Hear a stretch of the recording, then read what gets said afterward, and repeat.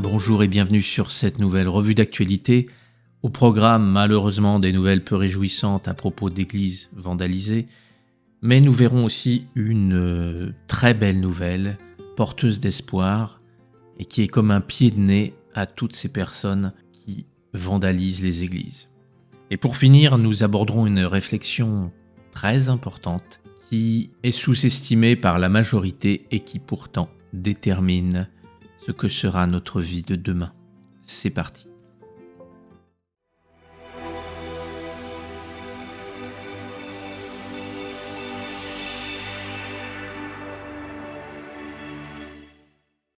Alors nous commençons par une triste nouvelle, mais malheureusement vous êtes plus ou moins habitués. Il s'agit de quoi? Eh bien, encore une fois, d'une église vandalisée. Alors ça se passe à Angoulême, dans la cathédrale Saint-Pierre d'Angoulême, et des troncs ont été pillés, des bougies ont été jetées à terre et des brûloirs abîmés. Donc ce sont des actes de vandalisme. Évidemment, les fidèles ont été choqués. Ce sont des bénévoles qui ont découvert les dégradations dans l'après-midi et le diocèse a porté plainte. Il est toujours bon d'analyser comment la presse présente ces faits. Et pour une fois, ils ne nous disent pas que ce sont des personnes atteintes de problèmes psychiatriques et des cas isolés, mais analyser toutefois une partie du texte de l'article qui veut en dire long. Je vous le lis. Selon nos informations, donc on aimerait savoir lesquelles, il ne s'agit pas d'un acte anti-religieux, mais plutôt d'un vol ou d'une tentative de vol. Donc pour le coup, il est toujours dans ces articles nécessaire de minimiser les faits, donc minimiser en disant que c'est un acte isolé, en disant que c'est une personne qui a des problèmes, et là on nous minimise en nous disant mais c'est pas bien grave, c'est juste un vol, ce n'est pas un acte anti-religieux. Seulement, si c'était juste un vol, pourquoi ont-ils jeté des bougies à terre? Pourquoi ont-ils abîmé des brûloirs? Cela est bien entendu plus du vandalisme que du pillage de troncs. Le pillage de troncs devait, à mon avis, être plutôt un petit bonus. Le but était évidemment de vandaliser, avant tout. Mais voilà, l'article nous dit non, dormez bien, chers amis, vous ne craignez rien, ce n'est pas grave, c'est juste un petit vol. Dormez sur vos deux oreilles. J'essaierai toujours, à chaque fois que malheureusement se produise ce type d'incident et de dégradation, de vous montrer comment les médias ont une ligne directrice qui minimise les faits, alors qu'au contraire, pour d'autres actualités, ils ont tendance à mettre en avant d'autres points pour soutenir une idéologie que vous commencez à découvrir plus vous voyez ces revues d'actualité. Donc nous sommes très tristes pour cette dégradation et je vous invite là aussi, comme toujours, à mettre en pause quelques instants et à prier pour la réparation de ces actes terribles. Alors pour cette deuxième actualité, nous allons parler des incendies terribles qui ont lieu à Hawaï. Donc pour rappel, Hawaï est un petit archipel, ce n'est pas un pays mais un État des États-Unis. Et il y a déjà près de 93 morts qui ont été découverts. C'est une catastrophe qui est terrible. Et ce sont des incendies de forêt qui se sont propagés et qui ont détruit énormément de choses sur cet archipel.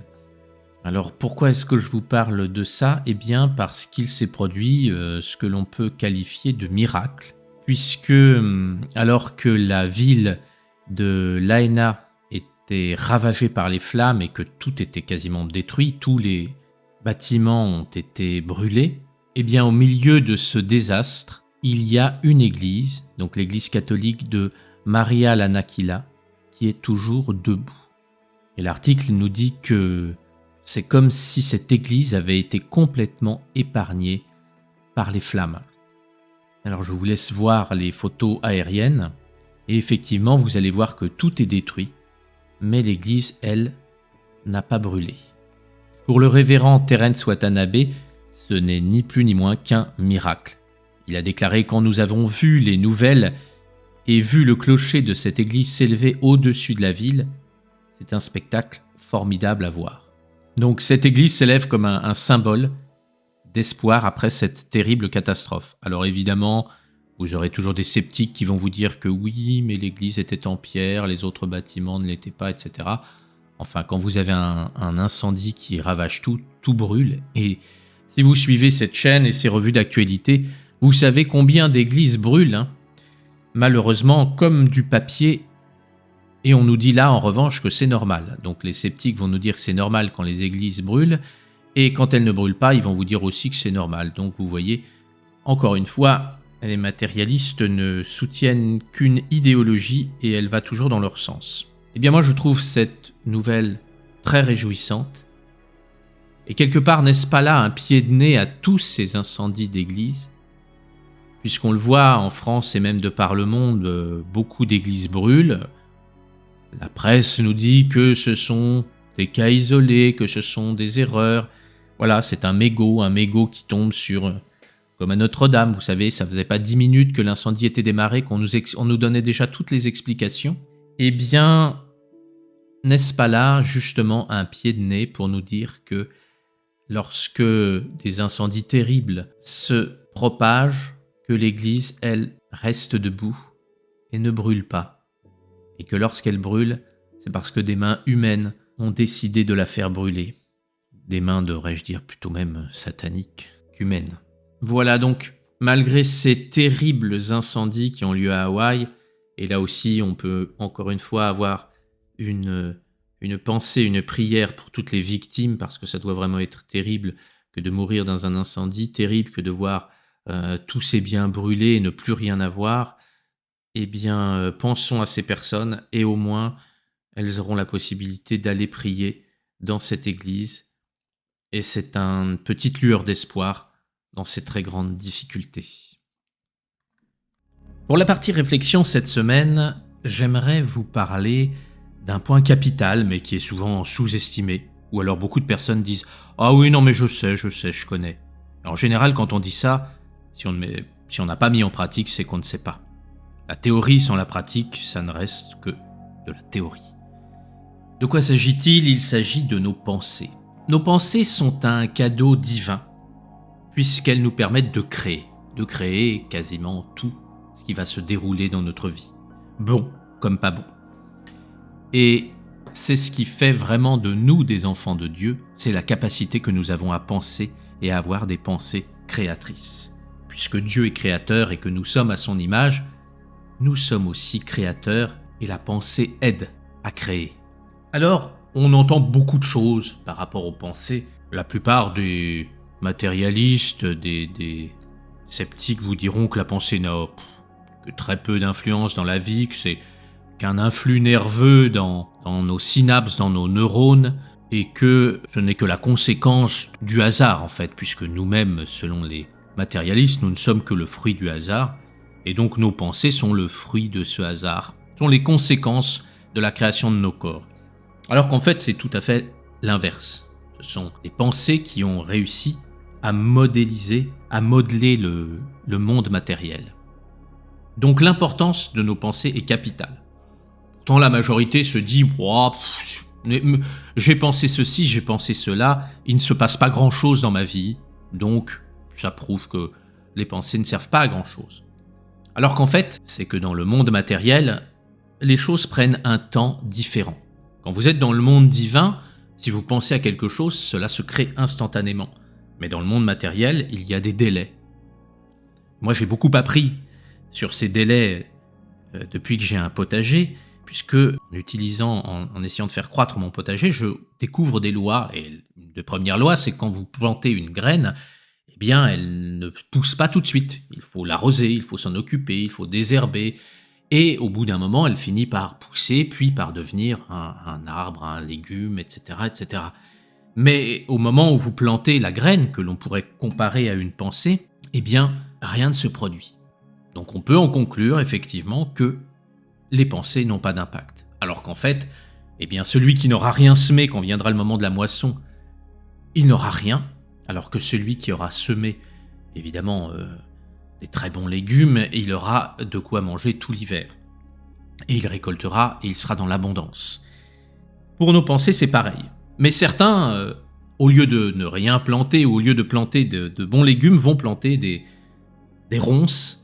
Et quand viendra le moment de récolter, eh bien, ils seront obligés de manger ces ronces, ça leur piquera, ça les déchirera, et ils pleureront en se disant que le monde est injuste, que Dieu leur en veut, qu'il les a maudits, mais en fait, ce ne sont qu'eux-mêmes qui auront planté ces ronces et qui seront obligés de les consommer, parce que toutes nos pensées, à un moment ou un autre, nous devons les récolter. Nos pensées, ce sont comme nos enfants. C'est-à-dire qu'il y a certaines personnes qui vont vous dire « bien moi je n'ai pas d'enfants », eh bien nous avons tous des enfants, que nous soyons hommes ou femmes, et ce sont nos pensées. Et nos pensées vont traverser des fois des régions dont nous n'avons même pas conscience, elles vont traverser la planète, traverser peut-être même l'univers, et elles vont nous revenir à un moment, et nous devrons nous rendre des comptes, puisque nous sommes les parents de ces pensées. Au regard de la loi divine, nous sommes responsables de ces pensées. Alors qu'auront-elles déclenché ? Si ce sont des pensées chaotiques, des pensées de peur, des pensées dépressives, eh bien, elles iront peut-être empêcher certaines personnes d'aller bien. Elles iront peut-être déclencher la peur chez d'autres personnes. Alors que si ce sont des pensées d'encouragement, des pensées qui nous permettent d'avancer, de nous relever, eh bien, ces pensées-là aussi iront peut-être aider des milliers, voire des millions de personnes au travers le monde ou au travers l'univers. Nous n'en avons même pas conscience. Et un jour, elles nous reviendront. Et alors nous serons très fiers de voir tout ce que ces pensées auront pu permettre de faire. Donc ayez conscience que nos pensées ne sont pas petits actes comme ça, des petites choses qui s'évaporent, mais qu'au contraire, ce sont des entités, ce sont nos enfants, je le redis encore, et que ces enfants vont grandir et ils vont déclencher des forces, et ces forces, nous en sommes responsables. Alors, j'ai beaucoup entendu, par exemple, de personnes dire « il faut absolument qu'il y ait la pensée positive », parce que c'est très bon, c'est très bénéfique. Personnellement, je ne suis pas pour la pensée positive. Alors, vous allez me dire, mais ça va à l'encontre de ce que tu viens de nous annoncer. En fait, je suis pour la pensée constructive. Pour vous expliquer mon propos, je vais prendre un parallèle, je vais prendre une métaphore. Imaginez que vous ayez une cuisine dans laquelle vous avez beaucoup cuisiné, c'est le désordre, il y a une odeur de friture. Et au lieu de nettoyer, de ranger, d'aérer, eh bien vous arrivez avec du parfum et vous commencez à parfumer toute votre cuisine. Et quand les gens rentrent dedans, vous leur dites « bah vous voyez, ça sent bon. Hein ». Alors effectivement, il y a peut-être une bonne odeur, mais quand on respire un petit peu plus fortement, on s'aperçoit que ça sent quand même la friture derrière. Et bien souvent, la pensée positive, c'est un petit peu ça. C'est, pour parodier le sketch de Danny Boone, c'est un peu d'affirmer toute la journée « je vais bien, tout va bien, je suis gai, tout me plaît », alors qu'en fait, ça ne va pas du tout, alors qu'en fait, on se sent mal, alors qu'en fait, on a un état dépressif, donc on ne va pas dire, quand on se sent mal ou quand on a peur, qu'on est bien et tout va bien, parce que c'est mettre du parfum sur une situation qui n'est pas adéquate. La pensée constructive, au contraire, c'est de faire un bilan de ce qui se passe en nous. Si jamais vous êtes mal, si vous êtes atteint par, je ne sais pas, parfois nous pouvons être submergés par des courants et nous avons de la tristesse et nous avons un état de fatigue et nous nous sentons mal, nous ne nous sentons pas forcément dans les meilleures dispositions. Eh bien, le premier point, c'est d'en avoir conscience. Si je reprends le parallèle avec ma métaphore, le premier point, c'est de regarder la cuisine et dire « oui, la cuisine n'est pas propre, oui, ça sent pas bon, et oui, il y a des choses à faire ». Seulement, là aussi, il y a une majorité qui n'aime pas faire le bilan et qui n'aime pas prendre conscience de ce qui se passe. On préfère dire que « ah ben non, la cuisine, elle est pas si... ça ne sent pas si mauvais, c'est pas si mal rangé ». Mais du coup, si jamais vous ne faites pas un bilan, vous ne pouvez pas progresser. Donc la première des choses, c'est de ne pas nier ce qui se passe en vous. Si vous vous sentez mal, eh bien, constatez-le. Mais ne restez pas dans ces états de conscience.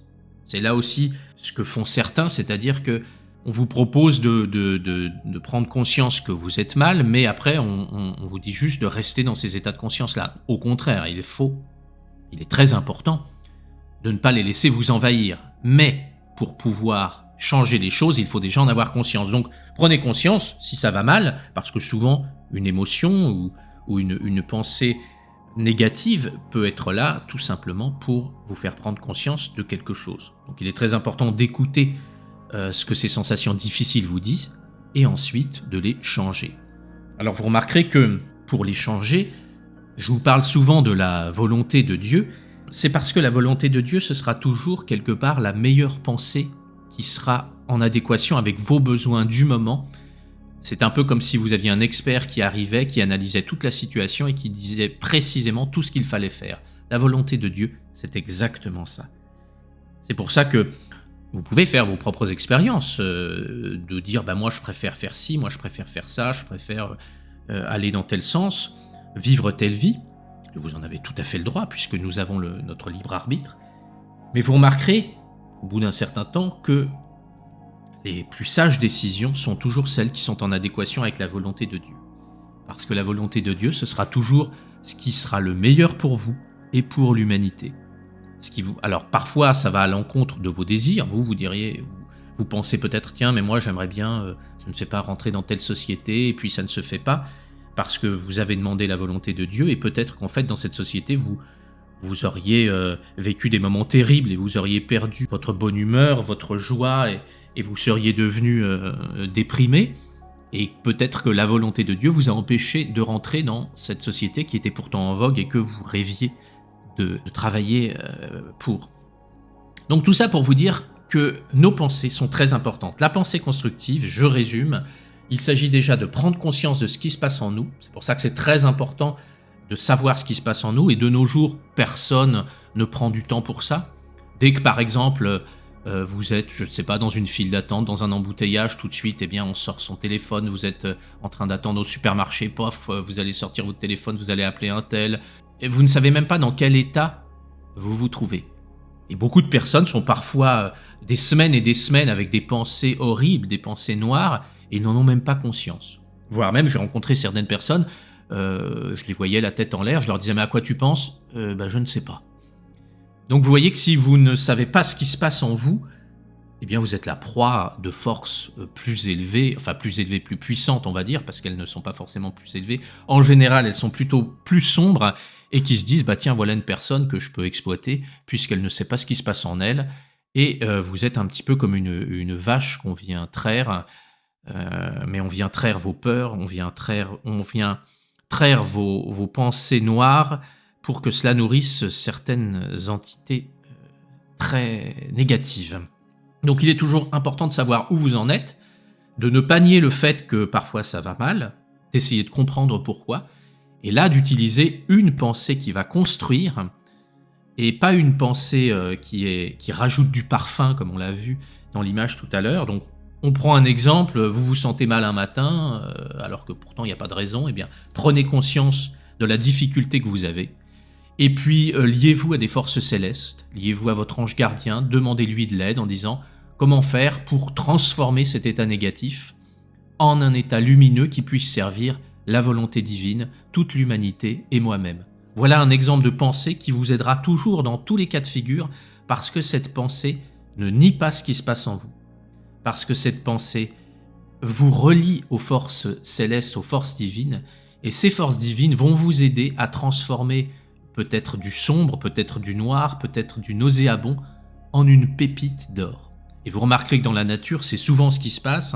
Un exemple un peu trivial, mais un animal va faire ses besoins au pied d'un arbre.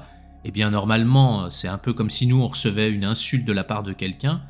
L'arbre, lui, va réussir à transformer les excréments de l'animal en une matière qu'il va sublimer grâce au soleil, et faire une photosynthèse, et il va faire de l'oxygène pour le monde entier, faire des fruits pour les humains qui passent, et qui change tout, alors qu'à l'origine, il avait reçu quelque chose de compliqué. Mais comment y arrive-t-il ? Parce qu'il se lie à des forces célestes. C'est pour ça qu'il est très important de se lier au divin quand on se sent mal, parce que ce sont les forces divines qui ont la possibilité de transformer le plomb en or. Ne l'oublions jamais. Voilà ce que je voulais vous dire. C'est vraiment un point qui est capital, qui est sous-estimé, parce que tout le monde dit oui, je sais, il faut penser positivement. Non, ne pensez pas positivement, pensez constructivement. Ceci ne peut être fait qu'en lien avec le divin. Ce divin qui est en vous, qui, du fait que vous êtes un enfant de Dieu, ne cessera jamais d'être là. N'oubliez pas d'y faire appel en permanence, et gardez en tête de toujours savoir où vous en êtes à plusieurs moments de la journée. Faites un point, arrêtez-vous, dites-vous à quoi je pense, où j'en suis, est-ce que je suis en train de penser à mal d'un tel, est-ce que je suis en train de m'insulter, est-ce que je suis en train... Il y a des personnes qui pendant des semaines et des semaines s'insultent en disant mais je suis nul, je suis qu'un abruti, j'arrive à rien, je suis un zéro. Est-ce que vous pensez que ce genre d'attitude et de pensée va vous aider à construire un avenir meilleur? Si la moitié de votre vie vous pensez que vous êtes un nul et que vous ne valez rien et que vous méritez les pires choses, eh bien, étant donné que vous êtes un enfant de Dieu, vous créerez, vos pensées reviendront un jour et feront de vous quelqu'un de nul, quelqu'un de détestable. Ce sera uniquement vous qui l'aurez créé. Donc vous avez là la main pour changer complètement votre vie, puisque votre futur ne sera que la conséquence de votre présent. Et au lieu de vous projeter soit dans le passé en permanence en regrettant ceci, en regrettant cela, ou vous projeter dans le futur en disant « Ah, vivement que je sois mieux », eh bien, ça ne marchera jamais parce que c'est dans le présent que tout se construit. Ayez conscience de ce qui se passe, changez d'eux, liez-vous à Dieu, et vous verrez combien votre vie deviendra merveilleuse, et non seulement la vôtre, mais toute l'humanité. J'espère que cette réflexion vous aura plu. N'hésitez pas à donner, peut-être en commentaire, des pensées constructives qui peuvent aider et soutenir certains qui les liront. Et je vous souhaite le meilleur.